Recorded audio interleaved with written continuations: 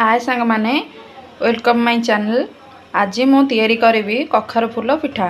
तो से मु नहीं कखार फूल आण प्रस्तुत करने बुट और अल्प अरुआ चाउल को गोटे घंटा है भिजे रखी। देखंतु कखार फूल को भल भाव बाछिकी मु काटी नहीं जाऊँगी।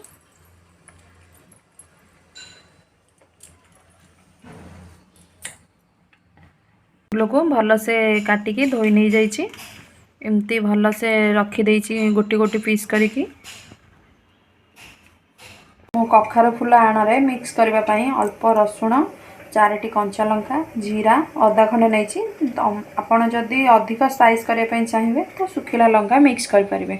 सबको अबिका मिक्स करके आण ग्राइंडिंग कर नहीं सारी से मु अल्प हलदी गुंड स्वाद अनुसार लुण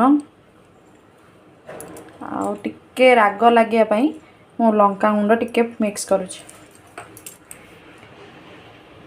सब पकईकि मिक्स कर नहीं। गैस रे मु तावा बसई देछि। तावा गरम ही आसला। आईटा मन रखिए कि कखार फूल पिठा कला टाइम रे सोरिष तेल नेबे। सोरिष तेल पकईले सेटा अधिक टेस्टी लगे। अबे तावा रे अल्प तेल ब्रश नहीं कि मारदे। अल्प तेल ब्रश यूज कले आमर अल्प तेल रे सब जिनस हो पार। अधिक ऑयल भी खाइबा हबो नहीं। तो ट्राए करेंगे ब्रश रे तेल लगे। एमती गोटे गोटे कखार फूल नहीं कि आण रे ताको मिक्स करुचे। एमती आण रे बुड़े सारा पर आमे कौन करवा ना ताकू सब तावा रे एमती गोटे गोटे करी थोइबा।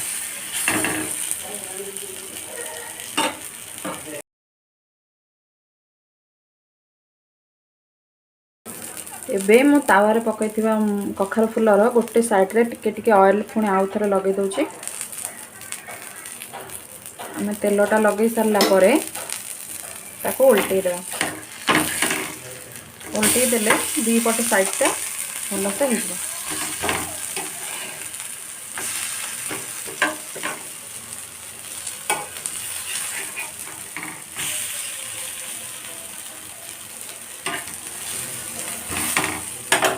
एपट साइड रे मु टिके टिके तेल लगे दउची। मु जेहेतु ब्रशटा यूज करूची से बहुत अल्प अल्प तेल लगुच पिठारे। फूल पिठा को गोटे प्लेट को काढ़ी नहीं जाइए। पिठाटी बहुत टेस्ट भी लगुच। आपण मैंने भी घर प्रस्तुत करंतु बहुत भल लगे खावाई। जदि मो प्रस्तुत करने प्रणाली आपण मानक बहुत भल लगी ताहले मोर नुआ वीडियो देखिबा पई मो चैनल को लाइक एवं सब्सक्राइब करेंगे।